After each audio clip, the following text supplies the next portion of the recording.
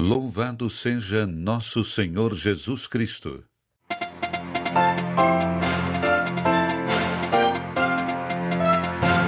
O noticiário da Rádio Vaticano Vatican News, direto da Cidade do Vaticano.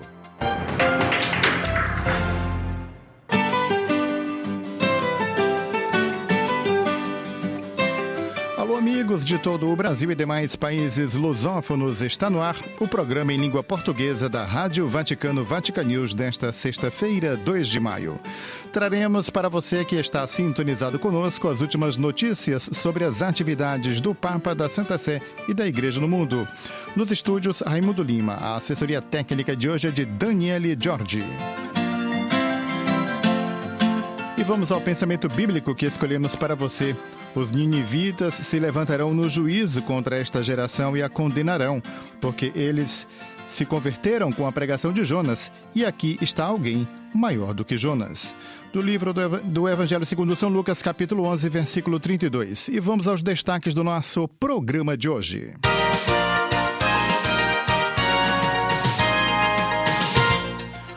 O papel do apóstolo Pedro, a catequese de Francisco em entrevista inédita concedida em 2021 e o desejo de que a igreja seja uma humilde servidora em meio ao mundo. Cardeal Fernandes, o Papa Francisco, um trabalhador que viveu sua missão com comprometimento. Presidente de Israel, Herzog assina registro de condolências pelo Papa Francisco. Coter, Amazônia Boliviana chora por Francisco, defensor de florestas e comunidades locais. E ainda Ibrahim Faltas, Papa Francisco, homem da paz e do encontro.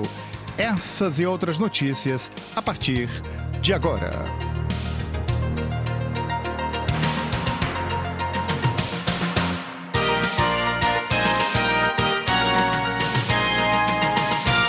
O programa em língua portuguesa da Rádio Vaticano Vatican News desta sexta-feira está apenas começando. A total confiança em Deus, a consciência de ser frágil e pecador, um novo chamado aos sacerdotes para se colocarem a serviço de todos, sua admiração pelos mártires contemporâneos e sua preocupação com os migrantes são alguns dos temas que o Papa Francisco abordou em 2021, na conversa com Noel Dias, na Casa Santa Marta.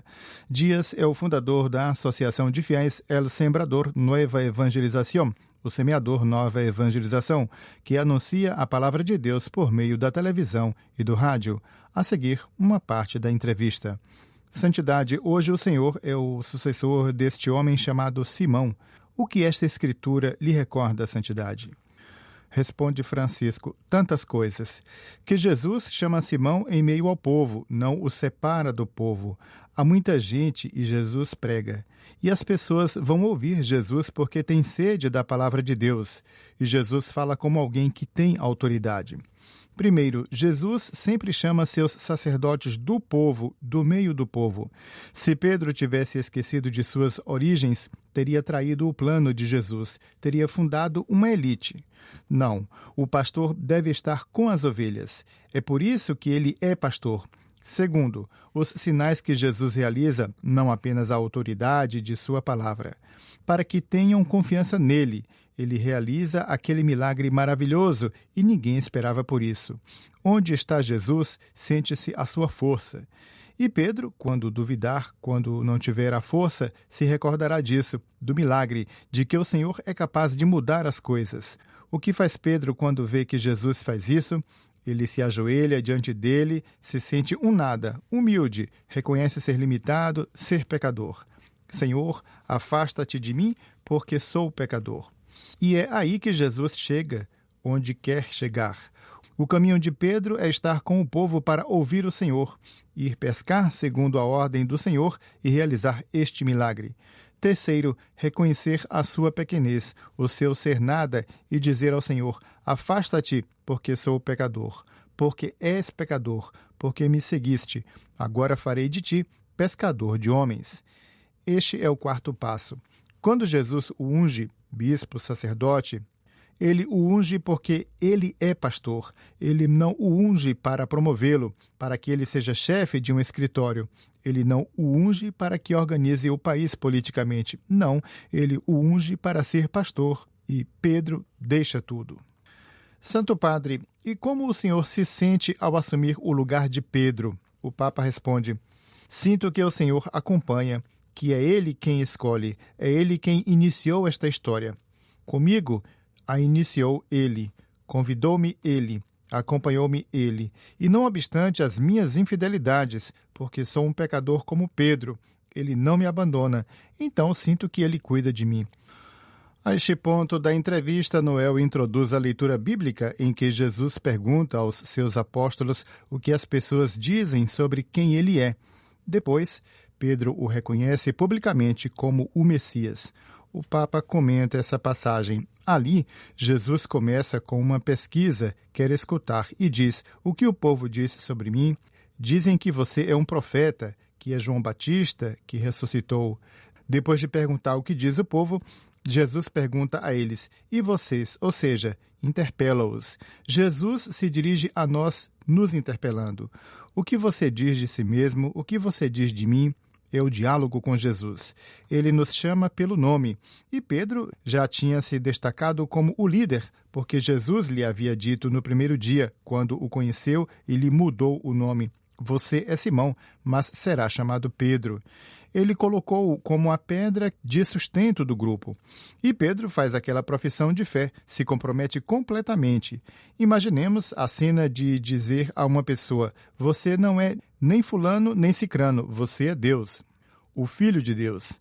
Se você disser isso a alguém hoje, te internam no hospício. Dizem que está fora de si. Ele se comprometeu totalmente e Jesus explica porque teve a coragem de se comprometer. Porque o que você disse não foi revelado por nenhuma ciência, mas pelo Pai através do seu Espírito. Então, quando vê Pedro se comprometendo assim, confirma-o em seu nome. Você, Simão, filho de Jonas, que é pedra, sobre esta pedra edificarei a minha igreja. Sobre a fragilidade de um homem que tem a solidez de uma pedra na medida em que se apoia na palavra de Jesus. Quando se afasta da palavra de Jesus, é como qualquer outro homem, não tem a solidez da pedra. Por isso ele o escolhe, porque tem a solidez da pedra. Pedro fica maravilhado com o que Jesus lhe diz: foi o meu Pai quem te revelou isso. E então Jesus diz: pois bem, saibam que agora irei a Jerusalém e lá me esperam coisas ruins. Vão me julgar, me matar, me crucificar, mas eu ressuscitarei. Então Pedro, que já se sente um pouco o chefe do grupo, o chama de lado.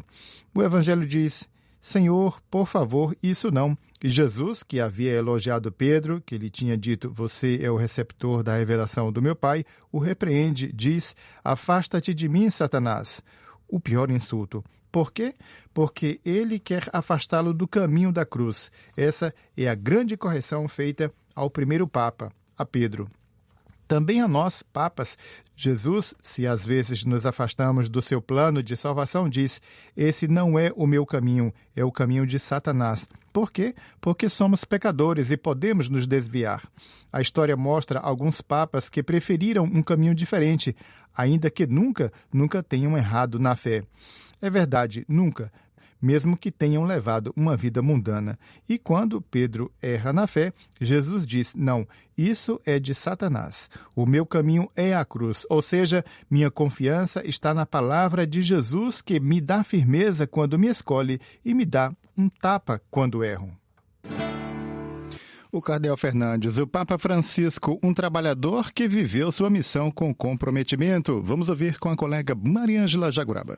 O ex-prefeito do Dicastério para a Doutrina da Fé, Cardeal Victor Manuel Fernandes, presidiu a sexta missa dos novendiais em sufrágio do Papa Francisco no altar da Confissão da Basílica de São Pedro, na quinta-feira, 1º de maio.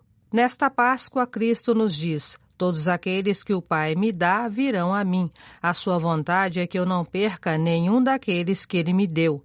Estas palavras são imensamente dóceis, disse o purpurado no início de sua homilia. Papa Francesco é de Cristo, appartiene a lui. O Papa Francisco é de Cristo, pertence a ele, e agora que deixou esta terra, é plenamente de Cristo. O Senhor tomou Jorge Bergoglio consigo desde o seu batismo e por toda a sua existência. Ele é de Cristo, que lhe prometeu a plenitude da vida. Não podemos ignorar que também estamos celebrando o Dia do Trabalhador, tão querido pelo Papa Francisco, recordou o ex-prefeito do Dicastério para a Doutrina da Fé. Perché per Papa Francesco il lavoro esprime e nutre la dignità dell'essere umano. Porque, para o Papa Francisco, o trabalho expressa e nutre a dignidade do ser humano, permite-lhe desenvolver as suas capacidades, ajuda-o a construir relações, permite-lhe sentir-se colaborador de Deus, faz com que se sinta útil à sociedade e solidário com os seus entes queridos. É por isso que o trabalho, para além das fadigas e das dificuldades, é um percurso de amadurecimento humano e cristão. Por isso, afirmou que o trabalho é a melhor ajuda para o pobre. Além disso, não há pobreza pior do que aquela que priva o trabalho e a dignidade do trabalho. Vale a pena relembrar suas palavras durante a viagem a Gênova. Lá, ele argumentou que todo pacto social se constrói em torno do trabalho. Por trás desse amor ao trabalho, há uma forte convicção do Papa Francisco, o valor infinito de cada ser humano, uma imensa dignidade que nunca deve ser perdida, que em nenhum caso pode ser ignorada, disse o purpurado. Ma ogni persona è così tanto degna. Deve essere presa così tanto sul serio. Mas cada pessoa é tão digna e deve ser levada tão a sério que não se trata apenas de dar-lhe coisas, mas de promovê-la, isto é, para que possa desenvolver todo o bem que possui em si, para que possa ganhar o seu pão com os dons que Deus lhe concedeu, para que possa evoluir suas capacidades. Assim, cada pessoa é promovida em toda a sua dignidade, e é aqui que o trabalho se torna tão importante. Agora, cuidado, dizia o Papa Francisco. Outra coisa é o discurso falso sobre meritocracia. Porque uma coisa é avaliar os méritos de uma pessoa e recompensar seus esforços. Outra coisa é a falsa meritocracia que nos leva a pensar que só quem teve sucesso na vida tem merecimentos. O Papa Francisco repetiu isso várias vezes, recordou o cardeal Fernandes. O Papa Francisco lançou um grito profético contra essa falsa ideia e em várias conversas ele me apontou. Veja, nos levam a pensar que a maioria dos pobres é pobre porque não tem méritos. Parece que aquele que herdou muitos bens é mais digno do que aquele que trabalhou duro a vida toda sem conseguir comprar sequer uma pequena casa. A seguir, o cardeal Fernandes apresentou o Papa como um trabalhador. Lui non solo parlava del valore del lavoro, tutta la sua vita è stato uno che viveva la sua missione. Ele não só falava do valor do trabalho, mas em toda a sua vida foi alguém que viveu sua missão com grande esforço, paixão e comprometimento. Para mim sempre foi um grande mistério entender como ele suportava, mesmo sendo um homem idoso e com várias doenças, um ritmo de trabalho tão exigente. Ele não só trabalhava de manhã com várias reuniões, audiências, celebrações e encontros, mas também à tarde, e me pareceu verdadeiramente heróico que, com as poucas forças que possuía em seus últimos dias, ele tenha se esforçado para visitar uma prisão. O que quero mostrar, no entanto, é até que ponto ele entendia que seu trabalho era sua missão, seu trabalho diário era a sua resposta ao amor de Deus, era a expressão de sua preocupação com o bem dos outros. Por essas razões, o próprio trabalho era a sua alegria, seu alimento, seu descanso. Chiediamo oggi per tutti i lavoratori che a volte devono lavorare in condizioni poco gradevoli. Pedimos hoje por todos os trabalhadores que às vezes têm que trabalhar em condições desagradáveis para que encontrem uma maneira de viver seu trabalho com dignidade, seja quem faz trabalhos manuais, quem preenche formulários, quem cuida de um pai idoso, quem rega um jardim. Que eles recebam uma retribuição que permita a eles e suas famílias olhar para o futuro com esperança. Por fim, o purpurado recordou o amor do Papa Francisco por São José, aquele trabalhador forte e humilde, aquele carpinteiro de uma pequena aldeia esquecida que com seu trabalho cuidou de Maria e de Jesus. Lembremos também que, quando o Papa Francisco tinha um grande problema, ele colocava um bilhetinho com uma súplica sob a imagem de São José. Então, peçamos a São José que dê um forte abraço no nosso querido Papa Francisco no céu. Na manhã desta sexta-feira, 2 de maio, às 10 horas, o presidente israelense Isaac Herzog foi à delegação apostólica em Jerusalém, onde, recebido pelo núncio apostólico em Israel e Chipre e delegado apostólico em Jerusalém e Palestina, Dom Adolfo Tito Iliana, assinou o registro de condolências pelo falecimento do Papa Francisco. Após a assinatura, o núncio disse à mídia vaticana que o presidente Herzog me explicou que também gostaria de ter ido pessoalmente ao funeral do Papa Francisco, mas devido a impossibilidades logísticas relacionadas à celebração do Yom HaShoah, ele não pôde. Por fim, Dom Tito Iliana quis ler o que Herzog escreveu no final de sua mensagem de condolências. Foi-te ensinado sobre o que é bom e o que o Senhor exige de ti. Praticar a justiça, amar a bondade, andar humildemente com o seu Deus. Uma citação extraída do profeta Miqueias, capítulo 6, versículo 8. Aqui, conclui o núncio, Herzog expressou de forma muito honrosa o povo desta nação e o sentimento pessoal e comunitário, unindo-se ao que sentimos com a morte do Papa Francisco. Assim, Herzog quis lembrar aos diplomatas vaticanos sua admiração pela profunda humanidade e humildade do falecido pontífice, além de lamentar não ter podido encontrá-lo durante sua recente visita à Itália. Uma proximidade que foi confirmada no último dia 22 de abril, quando, no dia seguinte à morte do pontífice, o presidente israelense escreveu uma mensagem dirigida a todo o mundo cristão e, em particular, aos cristãos da Terra Santa.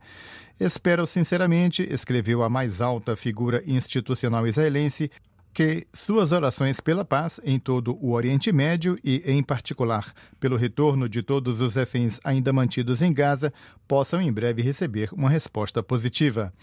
Herzog então expressou suas sinceras condolências pela perda de um grande pai espiritual, Sua Santidade o Papa Francisco, que era um homem de profunda fé e compaixão sem limites, que dedicou sua vida a ajudar os pobres e a pedir paz em um mundo conturbado. Com razão, ele atribuiu grande importância ao fortalecimento dos laços com o mundo judaico e à promoção do diálogo interreligioso como um caminho para maior compreensão e respeito mútuo. No coração da Amazônia boliviana, a recordação do Papa Francisco viverá para sempre em um ciclo biológico silencioso, mas poderoso, multiplicando a vida e gerando esperança. O de 13 árvores plantadas na terra nua de uma área rural às margens do rio Mamoré, um dos principais afluentes do rio Amazonas, que demarca a fronteira com o Brasil. Eu e a comunidade local fizemos o plantio em 26 de abril, o dia das exéquias, junto com uma delegação da Adveniat, uma instituição de beneficência de católicos alemães, para honrar a memória de um pontífice que trabalhou até o fim para defender nossa floresta e nosso povo, ameaçados por uma destruição crescente, disse Dom Eugênio Cotter, vigário apostólico de Pando e administrador apostólico do Vicariato de Reis, à mídia vaticana. A morte repentina de Francisco deixou a igreja local e a população em um estado de prostração tão grande que o prelado disse que, agora, todos nós nos sentimos órfãos de um homem que teve a capacidade de manter seu olhar fixo neste pedaço do nosso mundo, que é essencial para o clima de toda a humanidade. Foi um olhar pelo qual, por muitos anos, nos sentimos acompanhados, começando com a encíclica Laudato Si sobre o cuidado da casa comum. Perdemos o nosso mentor. Toda essa atenção de Francisco pela Amazônia também teve origem na 5ª Conferência Geral do Episcopado Latino-Americano e do Caribe, realizada em Aparecida, São Paulo, em 2007, e cujo documento final foi redigido graças a Bergoglio, então arcebispo de Buenos Aires. Uma continuidade ininterrupta de intenções e ações se estendeu ao longo do pontificado, gerando uma consciência global sem precedentes. E sobre isso, Dom Cotter não tem dúvidas. O Papa deixou claro que a defesa da Amazônia não é apenas um problema de alguns ecologistas apaixonados ou de um grupo disperso de ONGs, mas diz respeito a todos os seres humanos. No fundo, ele universalizou a questão da mudança climática, dando-lhe a dimensão da responsabilidade social. Mas tem mais. O Papa, explica o vigário apostólico de Pando, conseguiu fazer com que os cristãos se reapropriassem das questões ambientais, tomando São Francisco de Assis como modelo e reafirmando que é preciso dar uma resposta às emergências ecológicas que extraia sua força de uma experiência mística que permita ao cristão reconhecer o rosto de Deus na criação. Os poderosos locais, os administradores públicos e os políticos, no entanto, fizeram ouvidos moucos, não modificando nem 1 milímetro seus modelos predatórios em relação à floresta amazônica. Entre as pessoas comuns, os pequenos, os indígenas, não foi assim. Entre eles, a atenção aumentou a ponto de surgirem respostas simples e eficazes a partir de baixo, que estão tentando reverter a tendência de exploração dos recursos. Eles perceberam que não haverá futuro para ninguém se a Amazônia continuar a ser usada para a extração indiscriminada de madeira, a pecuária intensiva, a agricultura de monocultura e a mineração de ouro que contamina os rios com mercúrio. No entanto, é a macropolítica nacional que não mudou. Na Bolívia, somente no ano passado, 14 milhões de hectares de floresta foram queimados. A igreja local, a igreja missionária, a das comunidades rurais, a dos padres que viajam incansavelmente pelos rios e pelas florestas para encontrar seus fiéis, não deixa de compartilhar com a população o esforço por uma consciência cada vez mais capilar, como ensinou o Papa Francisco. Em nossa realidade boliviana, as associações e os movimentos, especialmente aqueles formados por jovens, pedem à Igreja, à Caritas local, ajuda e apoio para poder implementar projetos de microeconomia sustentável e saudável que respeitem o meio ambiente. Esses são sinais eloquentes da vontade de alcançar um novo mundo. Agora que o Papa Francisco se foi, precisamos que a Igreja Universal, a partir de Roma, continue a defender a Amazônia. Ibrahim Faltas, o Papa Francisco, homem da paz e do encontro. Os detalhes com o colega Silvone José. Ibrahim Faltas, Papa Francisco, homem da paz e do encontro. O vigário da custódia da Terra Santa recorda a figura do pontífice falecido, os apelos pelos pobres e necessitados, a condenação à violência, a solicitude pelas vítimas de Gaza e de todas as guerras, sempre presente nas suas orações. Um pontificado marcado por tantas guerras, por uma pandemia que paralisou o mundo, por tantos desastres da natureza, eventos que trouxeram morte, sofrimento e destruição. Apesar da profunda tristeza pela humanidade ferida, o Santo Padre nos ensinou a sorrir. Aqui tocamos com a mão que Deus é vida e doa vida, mas assume o drama da morte. A fé do homem e a onipotência de Deus, do amor de Deus, buscam-se e, por fim, se encontram. São palavras do Papa ao comentar a página do Evangelho que recorda a morte de Lázaro, o amigo de Jesus. Na Praça São Pedro, que há 12 anos acolheu a voz e a forte presença de um homem de paz, no sábado 26 de abril, demos um último adeus terreno ao Papa Francisco, o amigo de Jesus. Diante da simplicidade de um caixão cercado pelos últimos e pelos poderosos, por crentes na vida em Cristo e leigos que acreditam nos valores da vida, por pessoas simples e personagens famosos, o mundo o abraçou com ternura e serenidade. Agradecemos sempre a Deus por ter nos dado esse Papa. Estamos tristes, diz Padre Ibrahim, pela sua ausência na praça onde ressoaram as suas últimas palavras de paz e de onde espalhou apelos comoventes, orações intensas, pedidas e oferecidas, ensinamentos de vida. Foi o dia da despedida humana de um homem que nunca se esqueceu dos pobres e dos necessitados, que condenou a violência, que nunca se esqueceu, portanto, nunca tirou do seu coração os mortos e aqueles que sofrem em Gaza e em todas as guerras. Conhecia e acompanhava até mesmo as mais ocultas e esquecidas. Lembraremos do pontífice, continua Padre Ibrahim Faltas, toda vez que nos lembrarmos dele, ajudando as crianças a viver em paz, dando-lhes a atenção, o cuidado e a educação, garantindo direitos essenciais àqueles que os têm negados, prevenindo todos os tipos de conflito por meio do diálogo, abolindo o comércio e o uso de armas. O vento leve virou as páginas do Evangelho colocado sobre o caixão do Papa que, como seus antecessores, o viveu plenamente. O livro aberto parecia espalhar a palavra de Deus sobre os presentes e sobre o mundo, com a profundidade de um sorriso, como Francisco a espalhou em todos os momentos de sua vida. O Papa ainda estava em frente à Cátedra de Pedro enquanto ocorria um encontro de esperança. Não pudemos vê-lo, mas o Santo Padre sorriu e fez um sinal de positivo com o polegar. Tentará com tenácia reunir novamente 2 presidentes próximos na Terra Santa, mas ainda distantes nas posições. São esses os encontros solicitados por Francisco desde o início do seu ministério na política e na diplomacia que, mesmo realizados em um momento de grande tristeza, revelam que a fé do homem e a onipotência do amor de Deus se buscam e acabam se encontrando. Aprendemos com ele, destaca, a necessidade e a força do encontro que ajuda, sustenta e fortalece a partir do encontro com Deus, que é vida e doa vida.